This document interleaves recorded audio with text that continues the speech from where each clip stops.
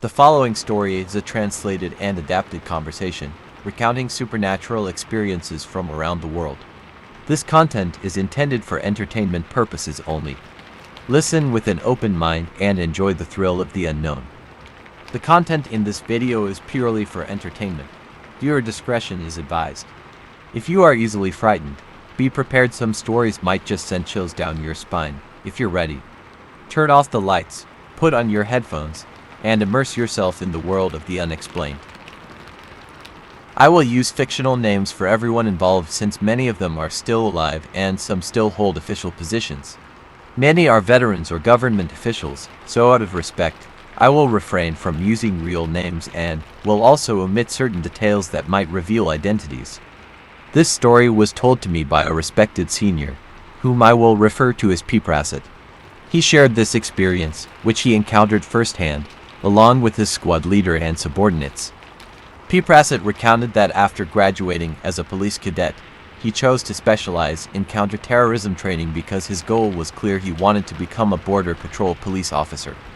Upon completing his training, he was stationed in the southern region of the country, fulfilling his ambition. However, he was deployed to the upper southern provinces. After serving for about a year or two, he was reassigned to a post in the dense border forests of the northwestern region, an area adjacent to a neighboring country. The locals referred to this forested region as Penang, when the Forest of the Lady.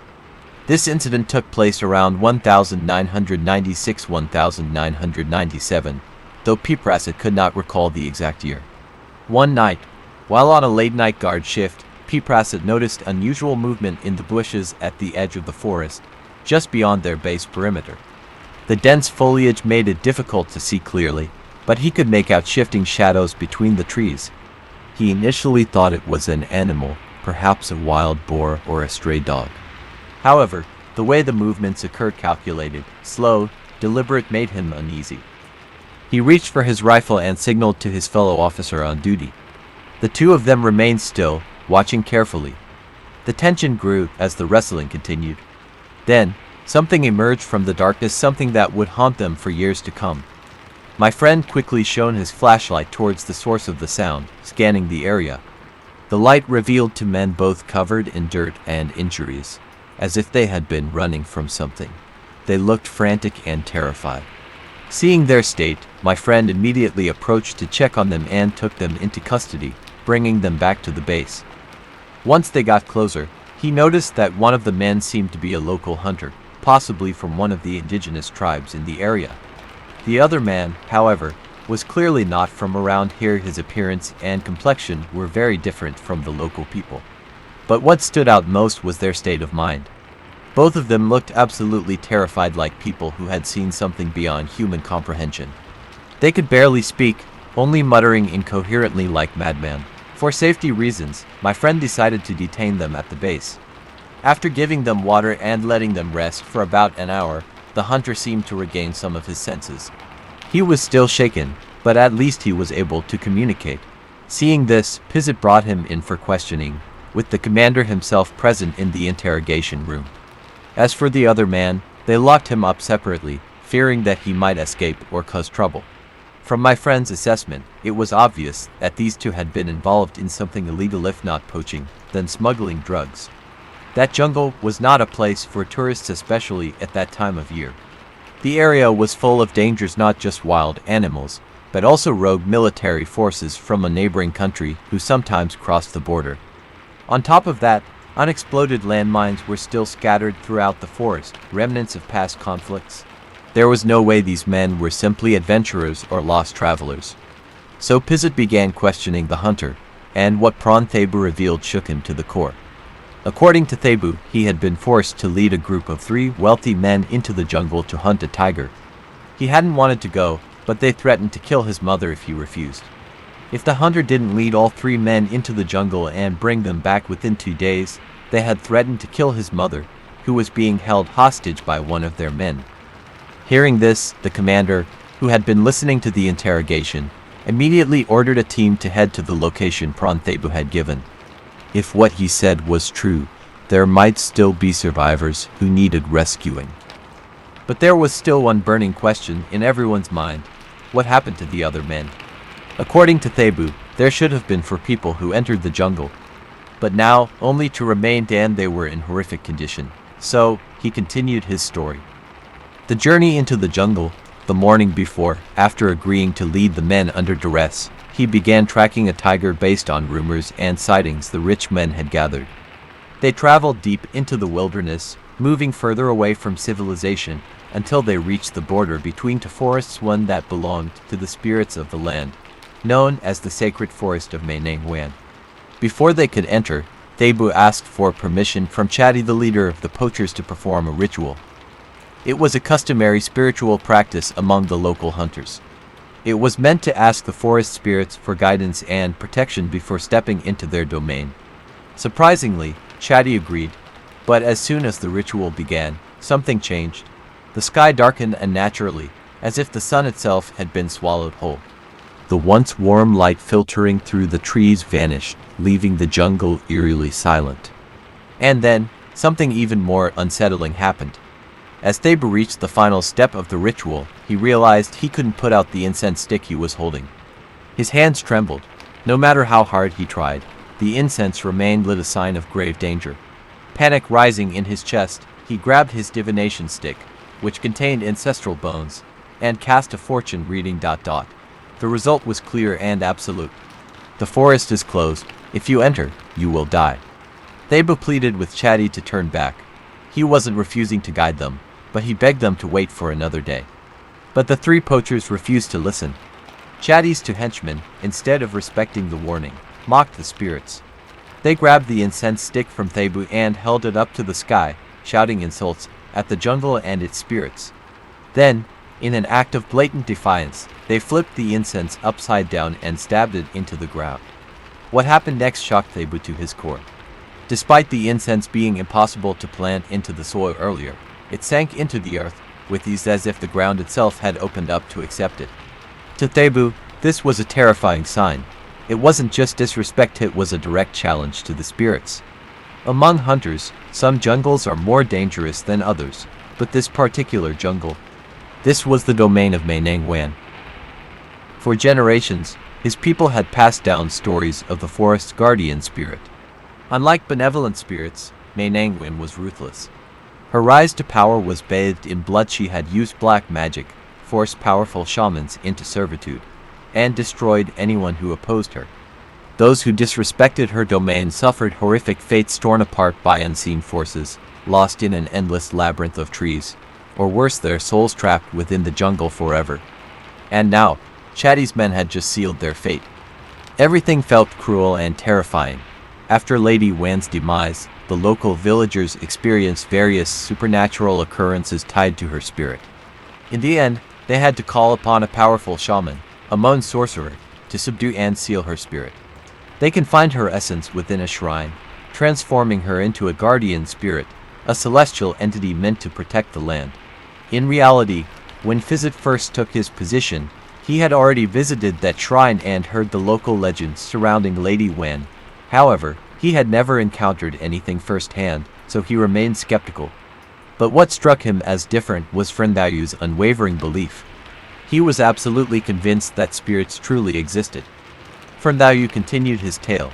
After Chadi's men forcibly planted the incense stick upside down, the jungle suddenly erupted with chaos. Birds and other creatures shrieked in fear as a light drizzle began to fall. Though it was still morning, the sky darkened unnaturally.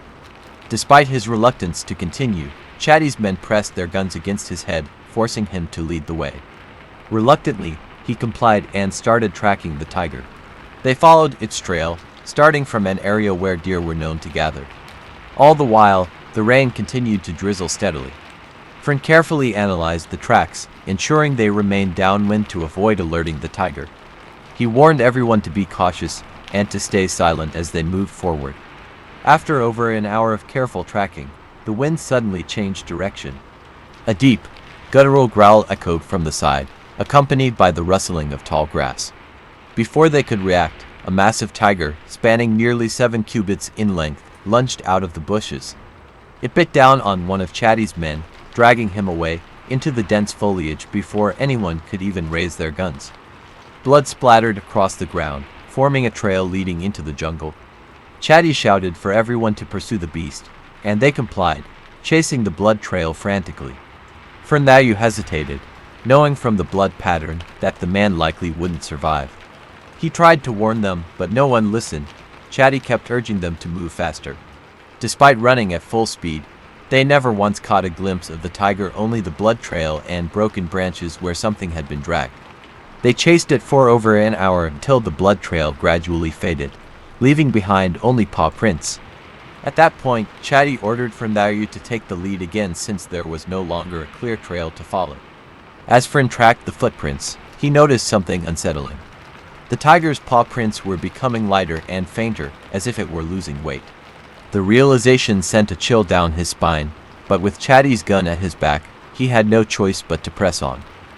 Eventually, they found themselves at a ridge. Fren immediately realized they had crossed into a neighboring country's territory, which was extremely dangerous not because of the tiger, but because of hidden landmines and armed patrols from unknown factions. He pleaded with Chatty to turn back and reconsider, but Chatty refused. He insisted they press on before nightfall. With no choice, Ferndayu continued tracking the tiger. However, the deeper they went, the fainter the paw prints became. A sinking feeling grew within him. He began to suspect that they weren't actually following a tiger anymore. When he voiced his concerns, Chatty dismissed him as superstitious nonsense. Determined, Chatty ordered them to set up a hunting platform in the trees. He was intent on avenging his fallen man and using the tiger's hide as a trophy. That night, they all climbed onto the platform, waiting in ambush near a salt lick. Fern conducted a ritual for protection against the jungle spirits, urging everyone to rest. But no one listened. They remained vigilant, rifles in hand, waiting to kill the beast. The night turned eerie. By sheer luck or misfortune, it was a full moon. The moonlight was so bright it illuminated the jungle as if it were still dusk. Fren noted that the wind had been blowing steadily all night, rustling through the trees. But then, something changed. The wind abruptly ceased. An eerie silence engulfed the jungle. Then came the whispering. The sound was faint at first, like distant voices carried on the breeze. But as the minutes passed, the whispers grew louder, clearer, as if multiple voices were speaking at once. The jungle, which had been teeming with life, fell unnaturally silent. No insects, no birds, nothing. And then, from the shadows, something began to emerge. Suddenly, everything fell eerily silent, and the air grew colder with each passing moment. Out of nowhere, one of Chatty's men struck a match to light his cigarette. At the very moment the flame flickered to life, large droplets of water, resembling heavy raindrops, began to fall, instantly snuffing out the match. Simultaneously, an unidentified object rolled onto the platform where they were perched. Chatty, now alert, switched on his flashlight. What they saw in front of them froze them in sheer terror. It was the severed head of Chatty's missing man. Horror-stricken, all three men screamed, their voices echoing through the dark forest. However, before they could react further, a menacing roar rang out, followed by the sight of a massive tiger leaping from a nearby tree branch. In an instant, the beast slammed into another of Chatty's men, sending his body tumbling off the platform, crashing onto the ground below, lifeless. Panicked, Ferndayu and Chatty scrambled down from the platform in an attempt to regroup and prepare their weapons. They intended to fight, but what they saw next made their blood run cold. The tiger, with an unnatural grace, climbed down from the platform, then sank its fangs into the lifeless body on the ground, tearing open the man's abdomen. In the dim light, Ferndayu and Chatty could see his intestines spilling out, glistening in the pale moonlight. With their survival instincts kicking in, the two men opened fire, unloading every round in their magazines at the beast. Bullet after bullet struck its massive body, each shot hitting its mark, yet the creature remained unfazed, as if their bullets were nothing more than harmless sparks. It was then that Ferndayu realized they weren't dealing with a mere tiger. This was a sming, a legendary weretiger. Realizing the dire situation, Ferndayu grabbed Chatty and yelled, "We need to run now." But Chatty, paralyzed with shock, refused to move. Without hesitation, Ferndayu seized his arm and dragged him away as the sming let out another guttural roar and gave chase. The two men ran for their lives, navigating through the rugged forest terrain along the border, hoping to encounter a patrol unit that could provide them with backup. But luck was not on their side. The usual patrol route was eerily deserted. No soldiers. No one in sight. Desperation fueled their pace as they tried to make their way back toward Thai territory. However, the Sming was relentless, closing in with every stride, its enormous body moving with an unnatural speed. Soon, it was barely a meter behind them. Knowing they had no chance outrunning it, Pandayu shouted, "Jump into that ravine now." Without hesitation, Chatty leapt forward, and Pandayu followed. The moment they hit the ground, they saw the Sming soar over their heads, attempting to leap ahead and cut them off. But just as its massive paws touched the earth, boom! A deafening explosion erupted, sending a shockwave through the ground. Smoke and dirt shot up into the air, rising several meters high. Stunned, Pandayu and Chatty huddled in the ravine, covering their heads as debris rained down around them. When the dust finally settled, they cautiously peeked out. The monstrous Sming was gone. In its place lay the mangled remains of a human corpse, naked, twisted, and utterly destroyed. The realization hit them like a bolt of lightning. The Sming was not merely a beast. It had been a man, now reduced to an unrecognizable heap of flesh and bone. Chatty let out a blood-curdling scream, his mind unable to process what he had just witnessed. Pandayu, though equally terrified, mustered every ounce of his willpower to stay focused.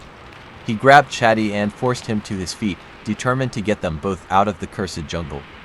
As they struggled to make their way back, they suddenly heard gunfire. Bullets whizzed past them, sending them ducking for cover. It was now clear an unknown militia group had detected their presence and was opening fire.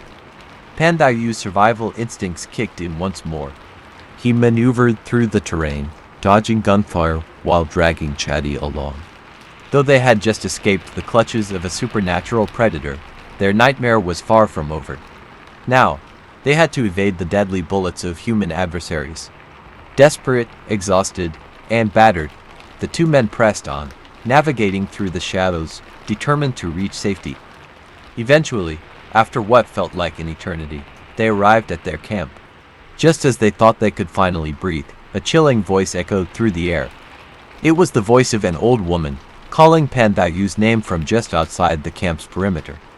Hearing this, Pandayu's body stiffened. "That's my mother's voice," he whispered in disbelief. He was certain he recognized it unmistakably.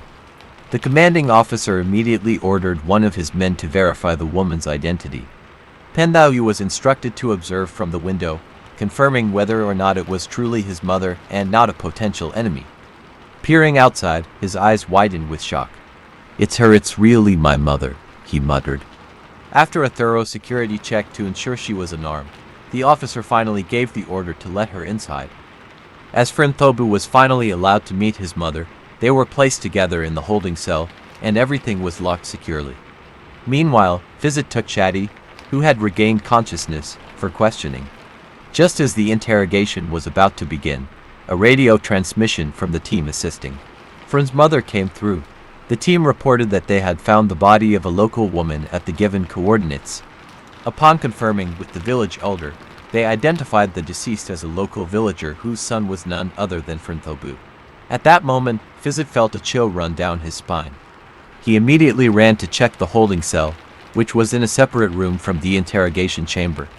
When he arrived and flung the door open, he was met with an eerie sight. There was no one inside. Both Frin and his supposed mother had vanished. The locks were still in place, yet somehow, they had escaped. Fizit, bewildered and shaken, could only conclude that something unnatural was at play. As he stood in stunned silence, a sudden, chilling scream echoed from the interrogation room. Fizit bolted back, only to find Chatty lying on the floor, unconscious, having lost control of his bodily functions. His men informed him that as soon as Fizit had left the room, Chatty, who had been calm up until then, had suddenly started trembling violently. He screamed for help, shouting incoherently about a tiger ghost before collapsing into a seizure. Fizit, still in shock from the escape of Frin and his mother, was about to report the incident to his superior when his commander preemptively issued an order over the radio. The commander demanded that the entire operation team return to base immediately. He then turned to Fizit and asked, "You didn't see anyone there, did you?" The question caught Fizit off guard, but he hesitantly nodded in agreement. Moments later, another transmission came through, confirming the discovery of a second body. This time, it was a local man, identified by the village elder as Frinthobu, found lifeless at the forest's edge near the border. That revelation sent shivers down Fizzit's spine. He now realized the horrifying truth: what he and his team had encountered was no longer human. His commander quickly ordered all personnel to remain silent about the incident. They were to report only that an unidentified man had run out of the jungle in a delirious state, unable to communicate. Any mention of Frinthobu or his mother was strictly forbidden. As for Chatty, he never recovered from the ordeal. He was declared mentally unstable and was committed to a psychiatric facility, where he remains to this day. His fate left Fizzit with one final chilling question: was everything Frint had told him about the jungle real? Or had it all been an elaborate illusion, crafted by something far beyond human comprehension? Toei, was that creature just a natural tiger in the forest, or was it a saming? We didn't find a tiger, boss, but we found a human corpse. Exactly. If it was just a dead body, but if it really was a saming, wouldn't it have survived the explosion? Why didn't it make it? From what Pizzit told me, I said, he spoke with the special ops team that checked Pranthabu's house. Based on forensic evidence, it turns out Thebu had already been dead for over a day. Oh, so then, Toei responded, it's possible that the spirit of Pranthabu was the one telling Pizzit all this. No wonder he was so confused. Was Thebu really there in the forest? Or had he already been dead since the moment he was shot, and no one even realized it? Exactly, I nodded. That's why Pizzit kept saying he couldn't tell whether Thebu's story was real, whether he had actually entered the jungle, encountered the tiger, and survived. Or if it was just a ghost playing tricks on him, leading him to check the house. Oh, so if that's the case, Toei said, then maybe Thebu had already been killed before the hunting trip even started, both him and his mother. That means the rich man and his men went into the forest alone. Right, I confirm. And the spirit of Pranthabu came back to bring the man to justice, punishing him with insanity, while telling the entire story through a ghostly vision. That makes sense, Toei muttered, nodding. It was as if he was haunted by his own sins. But what about the rest of the bodies? What happened to the other two men? That's just it, I sighed. When they sent out a search team to find the missing men, they found nothing. Wait, so not just 2 people, but 3, right? Toei said. Because there was another man left to guard the mother. Yeah, I nodded. So all 3 of Chatty's men disappeared without a trace. If you enjoyed today's story, don't forget to like, share, and subscribe to our channel, Mystical Tales, so you won't miss out on more eerie and thrilling tales in the future. Thanks for watching, and see you next time.